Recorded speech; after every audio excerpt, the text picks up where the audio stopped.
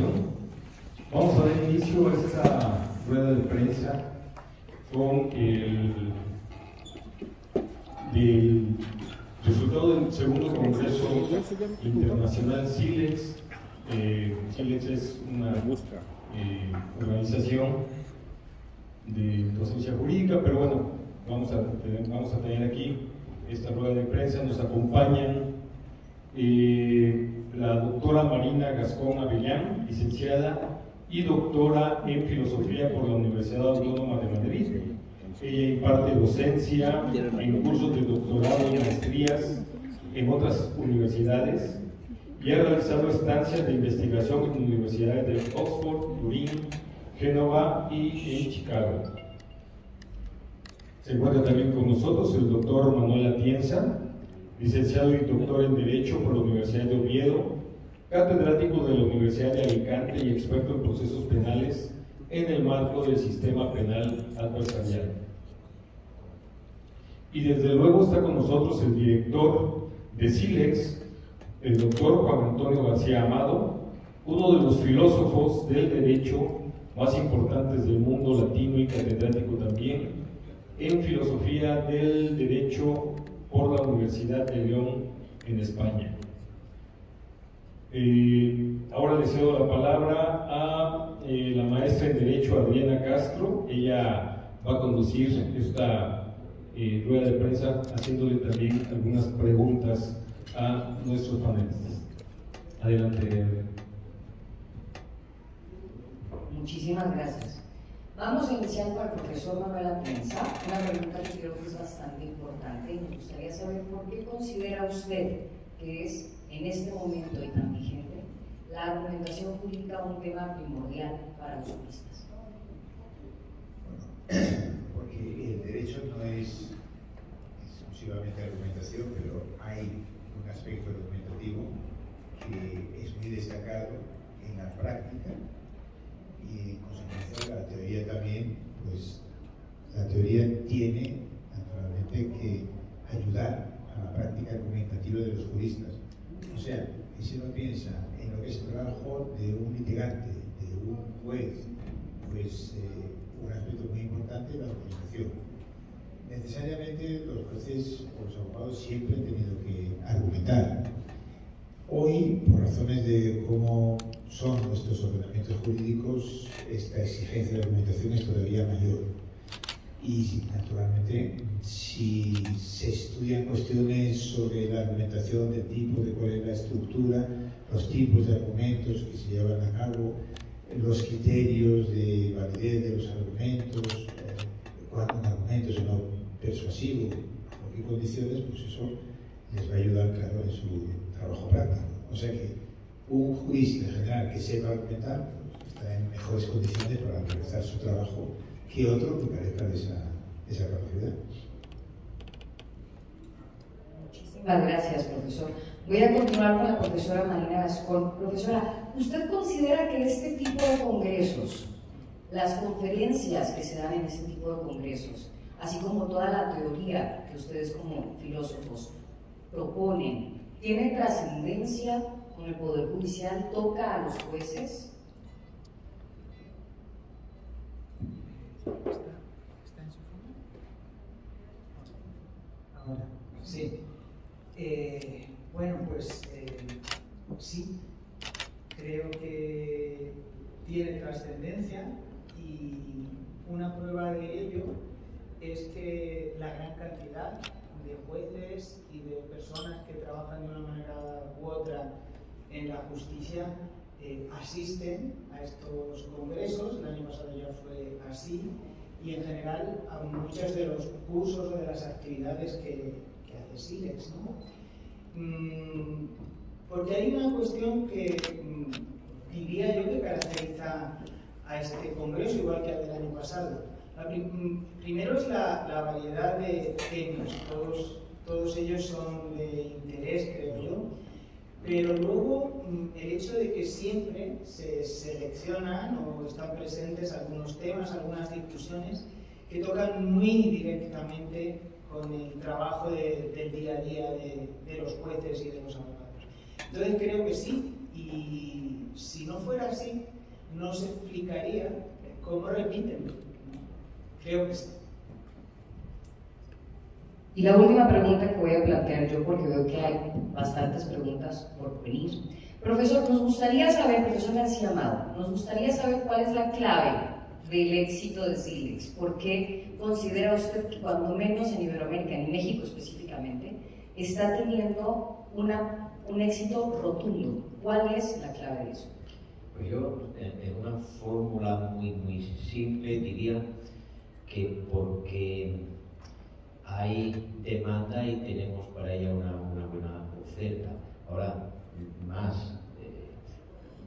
con mejor explicación de todo esto, el derecho está cambiando porque está cambiando la realidad circundante, porque los problemas se resuelvan día a día, los problemas sociales que acaban teniendo trascendencia jurídica y desembocando en litigios.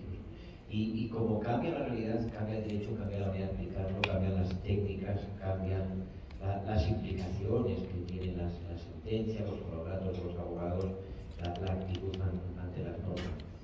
Y las instituciones tradicionales de formación de abogados, de formación de juristas, están un tanto anquilosadas. Dicho desde la mejor consideración y sabiendo que las intenciones siempre son buenas en todas las facultades de Derecho y demás instituciones de formación jurídica que puedan existir. Pero va más lenta la reflexión sobre lo jurídico que el cambio de la sociedad y el cambio del derecho.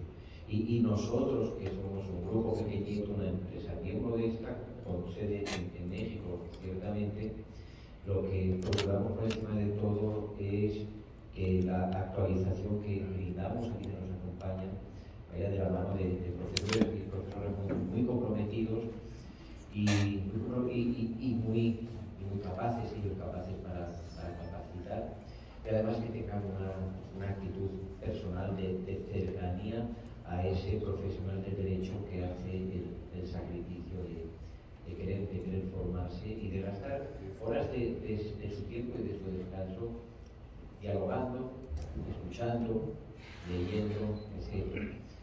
En resumidas cuentas, y termino como comencé, porque buscamos satisfacer una demanda de formación que está en el aire.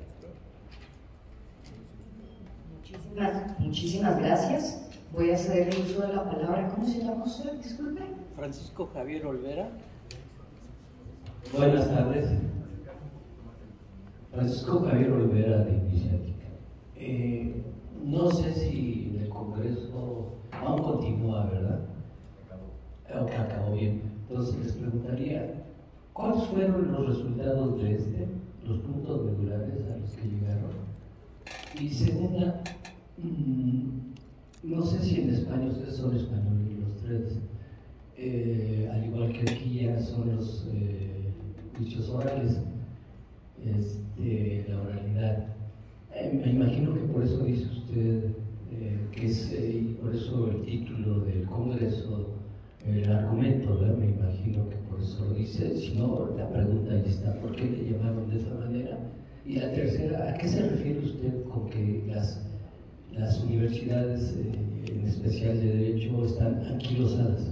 Por sus respuestas, gracias. Bueno, yo, sin perjuicio que seguro que van a poder decir algo mis compañeros de la mesa. Yo de lo primero diría que resultado de este congreso y de eventos de este tipo son algunos tan importantes como este. Nos damos cuenta, captamos que la mejor práctica jurídica, pero también puede ser política y social en general, la mejor práctica se hace conociendo la buena teoría. Y la buena teoría se desarrolla en la cercanía con la práctica. Aquí no hemos venido profesores a disertar mostrando tremenda erudición y a manejar conceptos abstractos. Hemos venido a dialogar con profesionales del derecho, que había muchos jueces de tribunales bien altos, había abogados muy importantes, fiscales y de todas las profesiones jurídicas. Y si podemos entendernos, siendo gran parte de los profesores que han hecho de ponentes, y siendo nosotros teóricos, nosotros doctrinales, si podemos entendernos es por el esfuerzo que una y otra parte hace a partir de esa conciencia de que para cambiar la práctica hace falta el derecho y hace falta entender la práctica y manejar por mejor el derecho.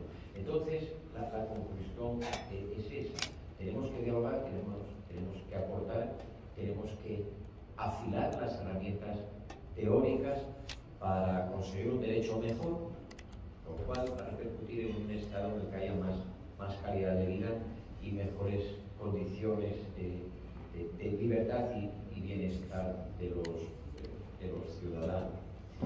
Sobre el tema de la oralidad, hemos estado en la última parte pues discutiendo de eso y miren qué curioso. Y esto lo podrá ampliar de inmediato mi compañero Manuel Atienza.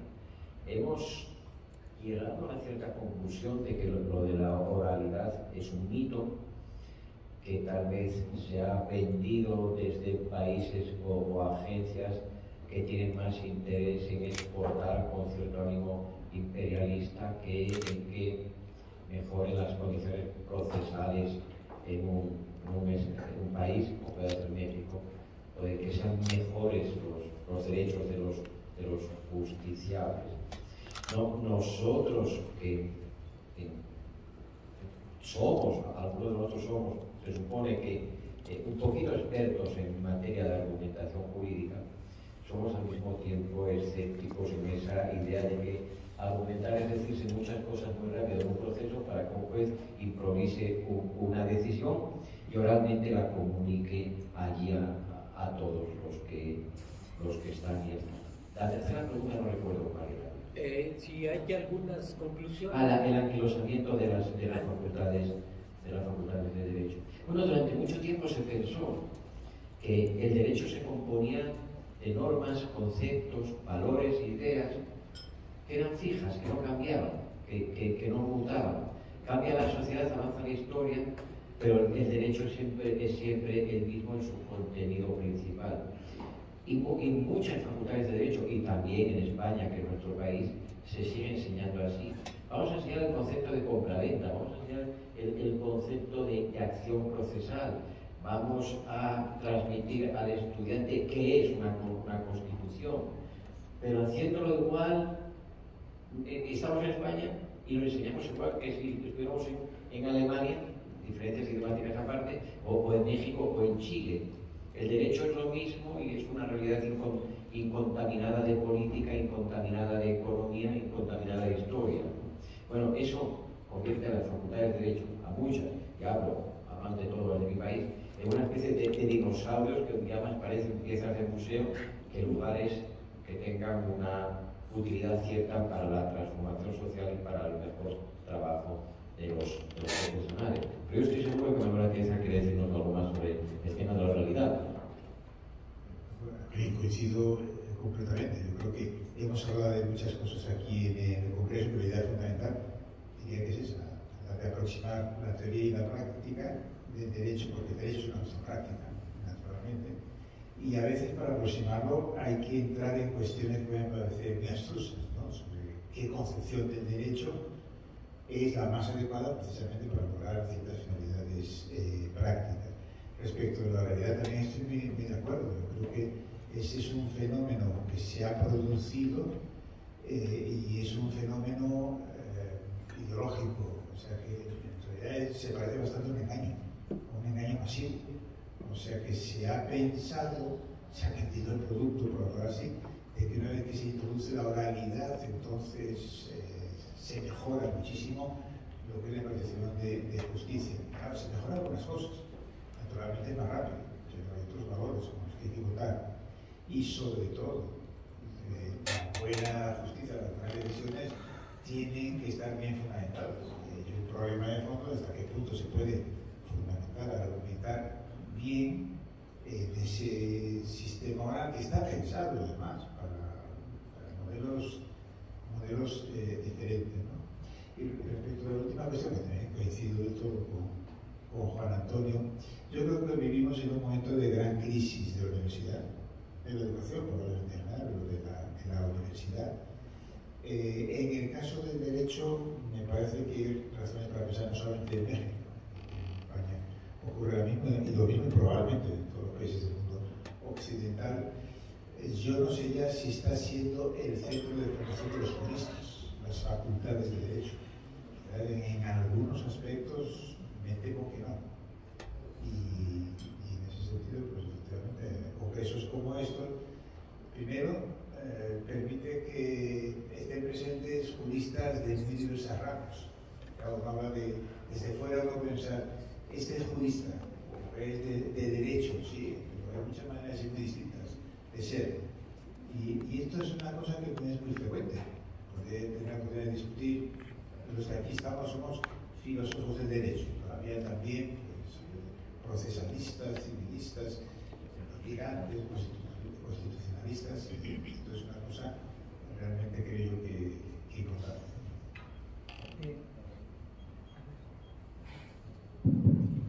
Bueno, por añadir algo sobre alguna de las cuestiones que ha planteado usted, en relación con el interés que tienen esos congresos y con su tercera pregunta sobre el anquilosamiento de las facultades, que es la contestación más o menos que ha dado el profesor García Amado. Yo creo que estos congresos justamente son espacios sin los cuales no se podrían abordar y tratar con el rigor y el detenimiento necesario justamente los problemas acuciantes de los que los centros educativos tradicionales no pueden dar cumplida cuenta.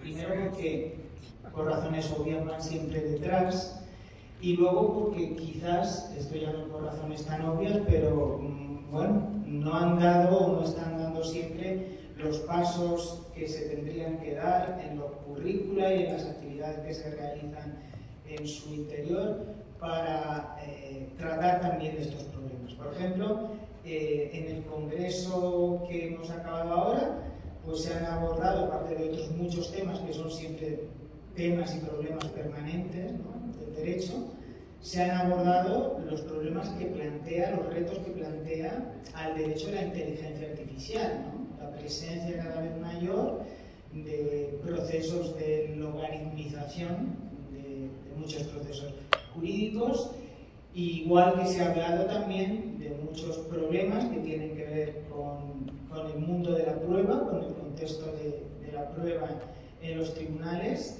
algunos de los cuales son problemas, digamos, que o han surgido o se han acrecentado también en los últimos tiempos. El profesor García Amado decía antes que asistimos a una transformación social muy importante, así es, y esa transformación tiene que ser también tratada, controvertida, discutida, teorizada, y es un poco a lo que pretenden dar respuesta a estos congresos. Muchísimas gracias.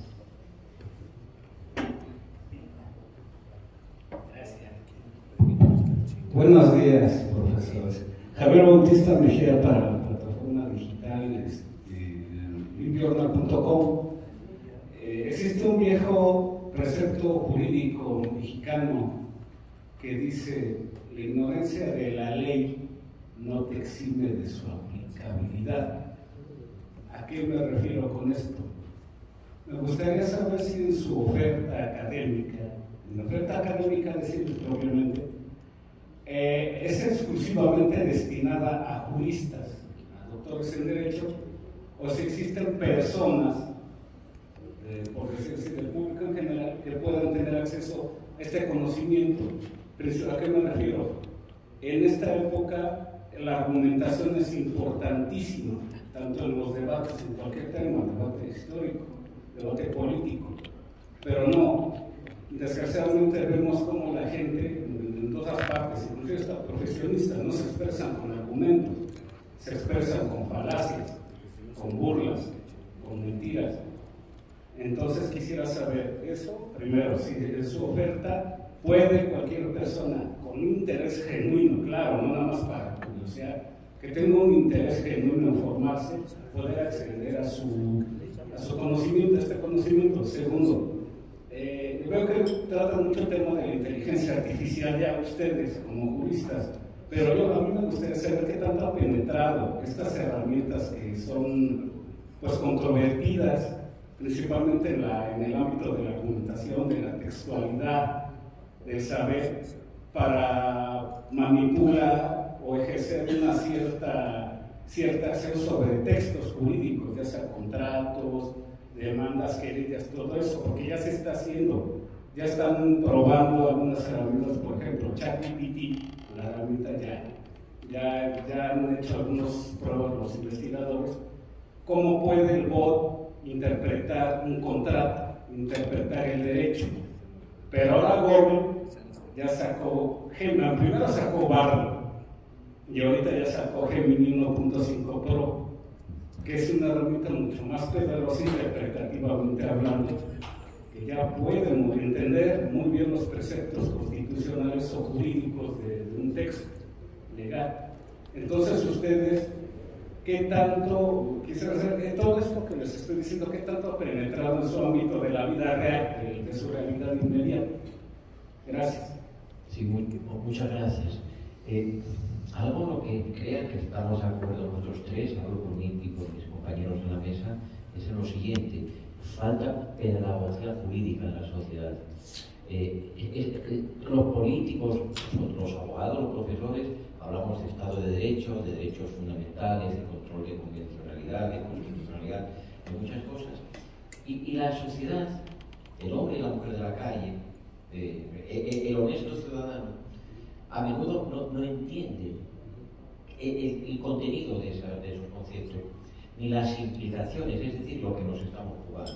Sería muy bueno un reto, otro reto para las facultades de Derecho, para nosotros como profesionales de la enseñanza de Derecho y para todos los que en este campo nos manejamos. Un reto es hacer comprender a la sociedad que sin un buen derecho no hay una buena vida y que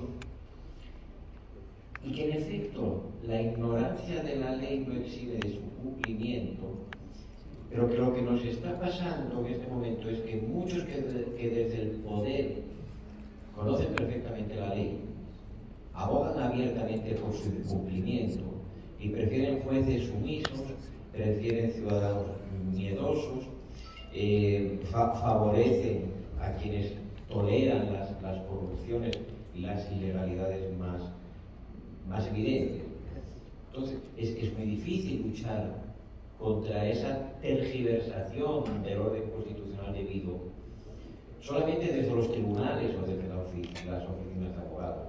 Se necesita que la sociedad defienda sus propios intereses, defienda sus propios derechos, defienda las garantías de las que es acreedora según el propio texto constitucional. Entonces, naturalmente que sí, pero cada uno desde su lugar y todas las instituciones tiene que estar y está comprometido con esta transmisión de lo jurídico. No es tan fácil.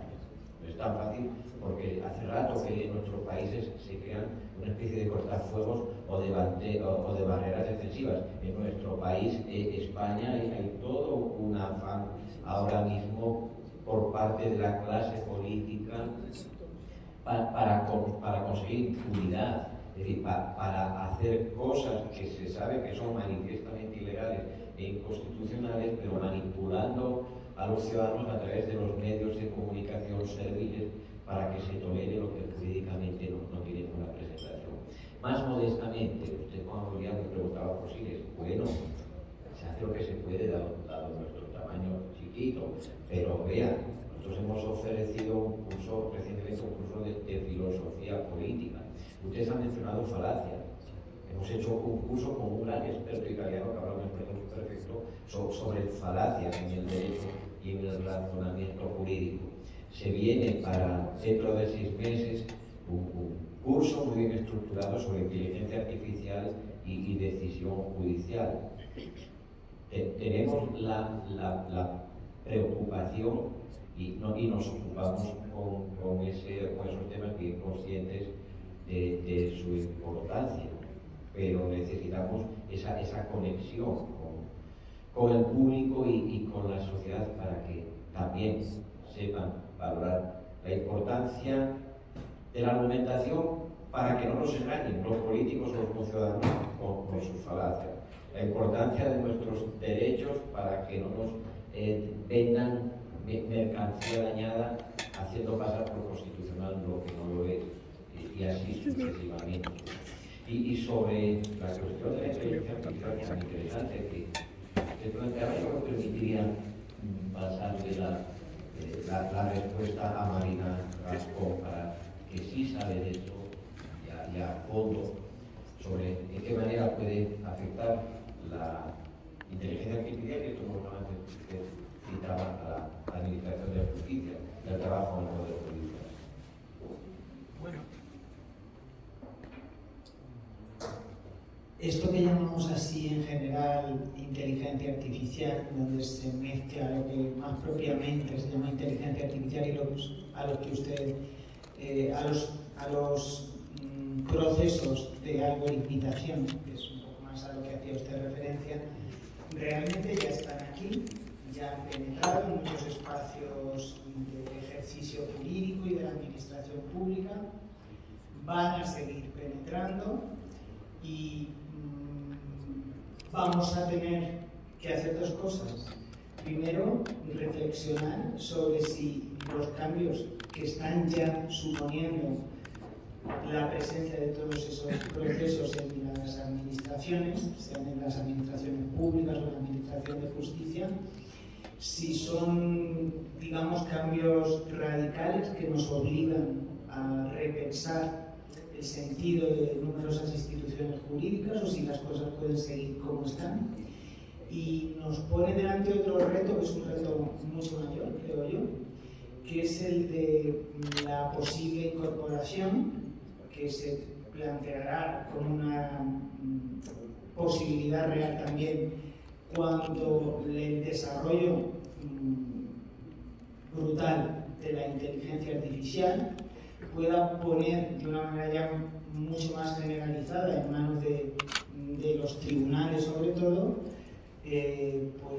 instrumentos que van a ayudar a decidir y que en muchos casos quizás hasta se van a presentar con la posibilidad de suplir la actividad de los propios jueces, ¿no?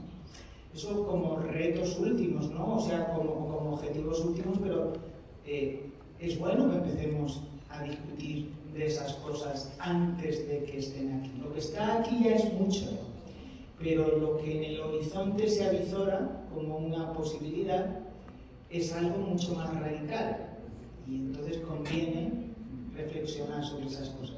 Esa ha sido una de las mesas de este congreso en la que han participado dos muy buenos expertos en estas cuestiones. Pero son cosas, conectando con lo que decía usted antes, de la pedagogía, ¿no? de la participación de todo el mundo, de la gente, en este tipo de conocimientos, son cosas que deben estar en el debate público también. A mí me resulta muy curioso, no sé si aquí en México cómo será, pero bueno, en España sí sé cómo es. Me resulta muy curioso que con el impacto tremendo que tiene la televisión, es decir, con la capacidad que tiene, por ejemplo, la televisión como instrumento de transmisión del conocimiento también, se utiliza muchas veces nada más que para transmitir cosas que son muy banales y no se utilice, por ejemplo, para hacer esa pedagogía jurídica a la que mi compañero se refería antes, que no consiste en hacer allí un seminario para especializar a la gente, sino en transmitir cuál es el alcance de los principios y de las normas fundamentales del sistema y cuáles son los riesgos de que no se cumplan o de que nos den gato por liebre, como se suele decir, ¿no? Es muy curioso, pero no sé cómo habría que hacerlo. Las facultades de Derecho también, pienso yo, que se deberían implicar, ¿no? Tener, aparte de sus programas de formación especializada, de discusión de especialistas, ¿no? Etcétera, deberían también cumplir esa misión, ¿no? de hacer pedagogía de una cosa que interesa a todo el mundo.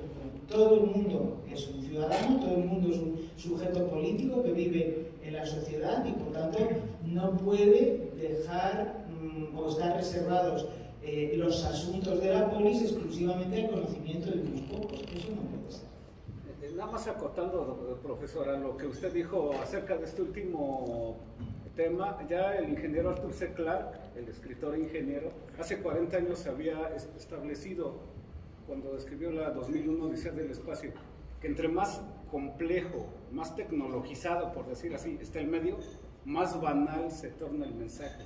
Es un fenómeno interesante, yo digo, así acotando lo que usted sabiamente dice. Gracias.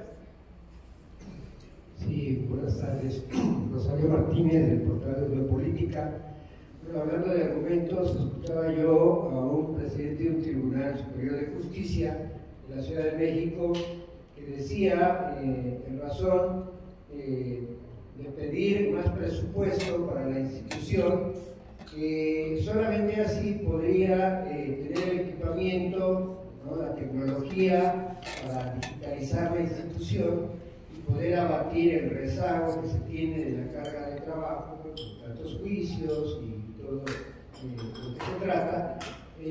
Preguntar si esto no encierra en un círculo vicioso, ¿no?, que a falta de recursos de una institución, como puede ser una Suprema Corte de Justicia, una Fiscalía, en fin, en general, si esta falta de recursos condiciona realmente la modernización de esas instituciones que imparten justicia, o es meramente nada más una trampa que hacen, digamos, los jueces para pues justificar que no están sacando el trabajo que tienen ahí.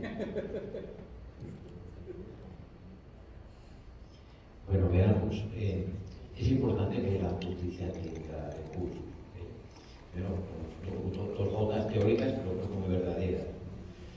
Los tres poderes del Estado tienen que estar en equilibrio, tienen que mutuamente controlarse, legislativo, ejecutivo, judicial, y el control último lo hace el judicial. Y además, por otro lado, nuestros derechos más básicos están en manos de los jueces, que son quienes con sus sentencias tienen que hacer valer esos derechos nuestros y tienen que defendernos cuando esos derechos se vulneran.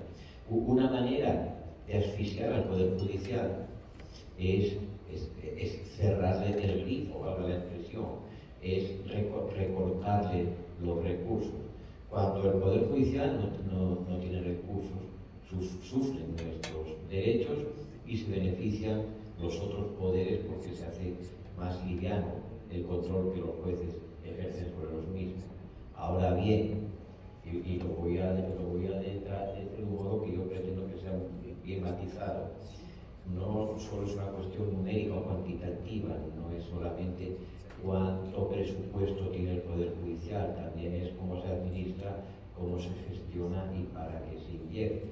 Yo creo que el Poder Judicial, la Judicatura en México es excelente por los profesionales que tiene. Creo que hay que defender fuertemente su papel frente a cualquier agresión y a lo mejor lo planteo como duda, necesitan gestionar bien en ese poder unos recursos económicos que no son escasos. El Poder Judicial en México, hasta donde creo que nosotros podemos saber, gestiona recursos proporcionalmente mayores que los que tiene el Poder Judicial español o el Poder Judicial alemán.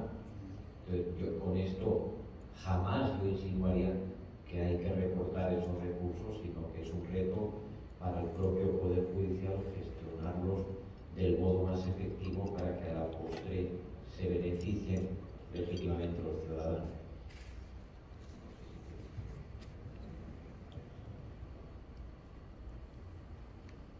Yo una pregunta, ¿cuál es la problemática que enfrentan ahorita, o sea, se enfrentan el derecho? La problemática actual del derecho. Pues no sé, eso se podría responder de muchas maneras. Hay una problemática eterna que se habla también, que hay gente que mata, que hay gente que roba, que hay gente que ya no quiere seguir casada con la misma persona, que hay parejas que se disputan los hijos, que hay empresas que evaden impuestos, y así podríamos seguir hasta el infinito. Y a esos problemas de siempre se suman los problemas nuevos, pues que apareció la inteligencia artificial y que de repente los estudiantes de la universidad hacen sus trabajos con el ChatGPT y que dudamos si eso es lícito o ilícito, si lo podemos sancionar o no, o que aparece la inmigración ilegal en uno u otro sentido en proporciones masivas, y hay que ver qué respuesta jurídica se le puede dar a eso. Creo que se podría contestar así: el derecho en cualquier país, en cualquier momento, es la síntesis de problemas eternos y problemas nuevos que lo enredan todo más todavía.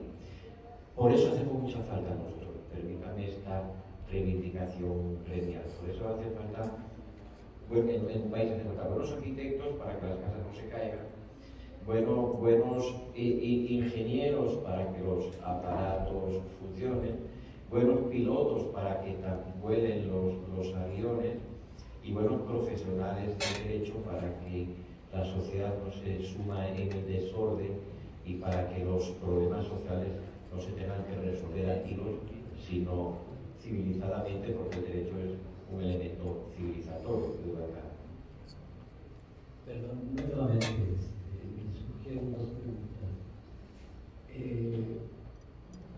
En España, nuevamente, me refiero a lo que ustedes son de allá, si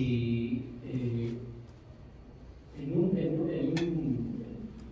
juicio aún se sigue teniendo la necesidad de fundar y motivar todo argumento. Y la segunda, que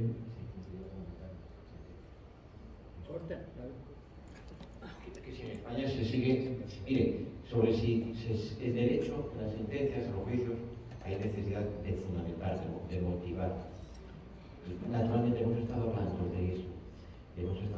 de eso, porque la exigencia de adecuada motivación de los fallos judiciales es la vía para evitar la arbitrariedad y para que la sociedad pueda tener cierto control sobre el poder de los jueces. Cuando decidimos tener jueces, cuando queremos que haya un poder judicial, no es para que haya más personas, estas con toga, que arbitrariamente puedan mandar sobre nosotros o decidir sobre nuestra vida y hacienda. Es para que nuestros conflictos los decidan conforme a derecho. Es decir, conforme a algo que es bien complejo, porque el derecho es una amalgama de cosas bien complejas. Entonces, ¿cómo podemos mantener un cierto control sobre ese juez que va a decidir cuando yo me divorcio si la casa me la quedo yo o si se la queda quien era mi cónyuge? ¿Cómo queremos que decida ese juez ante el que yo soy un acusado penal y que me puede absolver o condenarme a 10 años de cárcel? O meterme como medida cautelar en una prisión provisional por 2 años. Bueno, hay que obligarlos a que den cuenta de por qué lo hacen y a que acrediten en el texto de sus resoluciones que no siguen su personal capricho, ni el dictado de ningún político, ni el interés ajeno de nadie, sino que obran conforme al derecho, el derecho tal como lo ve, ahí sí, no el ciudadano común, sino el experto que sabe aquilatar y que sabe su juicio y que sabe lo que en verdad nos estamos jugando. Por eso sería un desastre. Piense usted, querido amigo, ¿a usted le gustaría que le juzgaran en la plaza pública que hubiera un delegado del presidente, del rey, la vieja usanza, que dijera, lo acusamos de haber robado 3 vacas y es malo y es un cuatrero, ¿y qué creen que debemos hacer con él? A ver, si gritan mucho, lo quemamos ahora mismo en la vela pública. ¿Quién querría eso? Bueno, la alternativa a eso son jueces profesionales con sensibilidad personal, capacidad técnica y rigor suficiente como para poder dar cuenta de sus decisiones, motivándolas, razonándolas, argumentándolas. Lo que he dicho de la hoguera y la vaca y el ladrón de vacas parece un ejemplo lejano, pero todos sabemos con qué frecuencia ciertos gobiernos y ciertos políticos de nuestros países, de una u otra orientación ideológica, llaman a las masas buscando una especie de justicia popular y populista y critican a los jueces, no porque motiven mal sus sentencias, sino cuando no fallan según su gusto. Bueno, eso es el final del Estado de Derecho y eso es la crisis definitiva de nuestros derechos. Entonces, lo que hemos concluido aquí hoy, hablando, es que tienen que motivar todavía más y mejor los jueces sus resoluciones, pero no para complacer a ningún jefe, sino para que los ciudadanos estamos tranquilos. Y la segunda, si en el derecho español es que existe la figura de la suplencia de la queja, aquí existe, pero desafortunadamente no se lleva a la práctica. Con ustedes sí se lleva a la práctica, si es que existe, se lleva a la práctica. Fíjese, seguro no existe ahora, no con ese nombre porque ni siquiera sabemos qué es. La deficiencia de una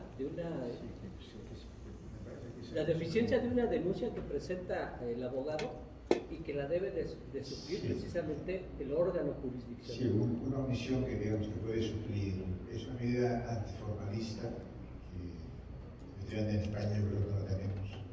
En España probablemente tenemos una cultura jurídica que quizás en algunos aspectos es más formalista de la que hay aquí en México. Lo que pasa es que también a veces hay que mirar las cosas con atención y con ojos críticos, porque aspectos que parecen que pueden contribuir a más justicia, pues no necesariamente es así.